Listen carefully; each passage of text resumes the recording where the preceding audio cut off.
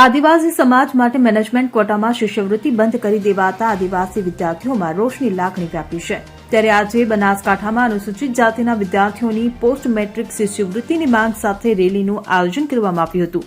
આ રેલી એનએસયુઆઈના નેજા હેઠળ જિલ્લા કલેક્ટર કચેરીના ગેટ બહારથી યોજાઈ હતી। એનએસયુઆઈ દ્વારા જિલ્લા કલેક્ટર કચેરીને તાળાબંધીની ચીમકી ઉચ્ચારી છે, જેને લઈને કલેક્ટર ગેટ પાસે પોલીસનો ચુસ્ત બંદોબસ્ત ગોઠવાયો હતો। ત્યારે આજે આદિવાસી વિદ્યાર્થીઓની શિષ્યવૃત્તિ મામલે એનએસયુઆઈએ વિરોધ નોંધાવ્યો હતો। કલેક્ટર કચેરી ખાતે એનએસયુઆઈએ ધરણા કર્યા હતા।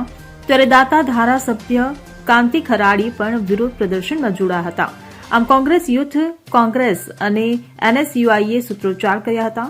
જો કે તેમને કલેક્ટર કચેરી ગેટ પાસે પોલીસે તેમને અટકાવતા હોબાળો થયો હતો। આ દરમિયાન પોલીસ અને કાર્યકરો વચ્ચે સંઘર્ષ થયો હતો। ત્યારે હોબાળા વચ્ચે પોલીસે કેટલાક કાર્યકરોની અટકાયત કરી હતી।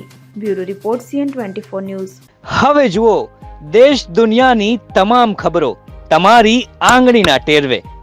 ઉઠાવો મોબાઈલ અને Google Play Store પરથી ડાઉનલોડ કરો અમારી CN24 ન્યૂઝ મોબાઈલ એપ।